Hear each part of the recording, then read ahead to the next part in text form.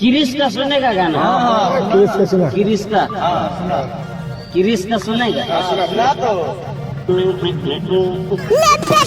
किरिश का गाना बजेगा नया साल बनेगा, नया साल बनेगा, नया साल बनेगा। किरिश का गाना बजेगा नया साल बनेगा, नया साल बनेगा, नया साल बनेगा। अबे हमें तो अपने में लूटा, बड़ा गेरों में का दम था, बड़ा किसी तो डूबी जहाँ बड़ा तेरा घर का डेगची का पानी कम था। अरे साला तुम लोग पागल है क्या? किरिश का सुनेगा गाना? किरिश का सुना। किरिश का दिल लिया तो बोलो न बोलो कटिया, आज के दुनिया में भी अगर प्यार न किया तो कटिया। आज के दुनिया में भी अगर प्यार न किया तो कटिया। 300 रुपया में एक ठो कुत्ता फेंकने का लेते हैं पैसा। कुत्ता फेंकते हो कि मारा हुआ? जिंदा ला फेंकेंगे तो मेरा गाना नोच लेगा। कृष्णा गाना बजेगा नया साल बनेगा, नया साल बनेगा, नया साल बनेगा। कृष्णा गाना बजेगा नया साल बनेगा, नया साल बनेगा, नया साल बनेगा। गोली मार देगा मेरे को।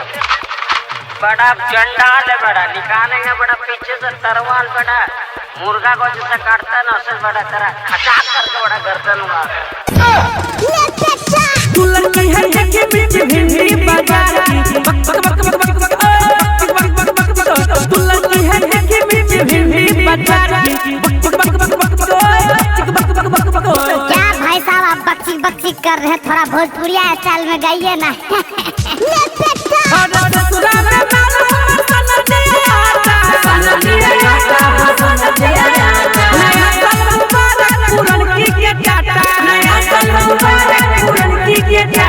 अरे साला तुम लोग पागल है क्या? कृष्णा गाना बजेगा नया साल बनेगा, नया साल बनेगा, नया साल बनेगा। कृष्णा गाना बजेगा नया साल बनेगा, नया साल बनेगा, नया साल बनेगा।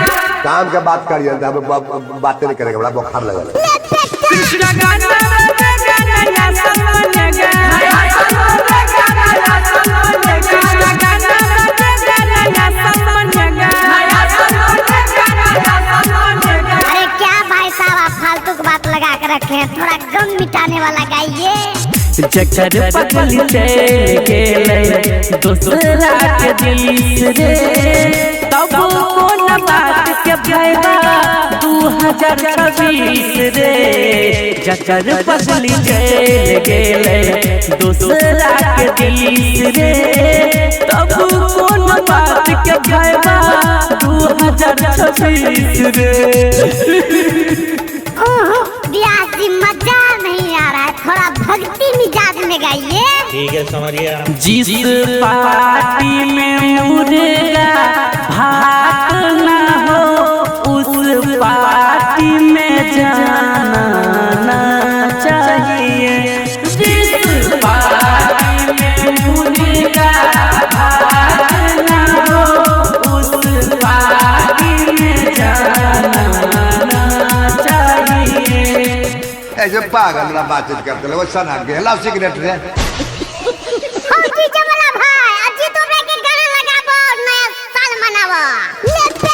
कृष्णा गाना बजेगा नया साल बनेगा, नया साल बनेगा, नया साल बनेगा। कृष्णा गाना बजेगा नया साल बनेगा, नया साल बनेगा, नया साल बनेगा।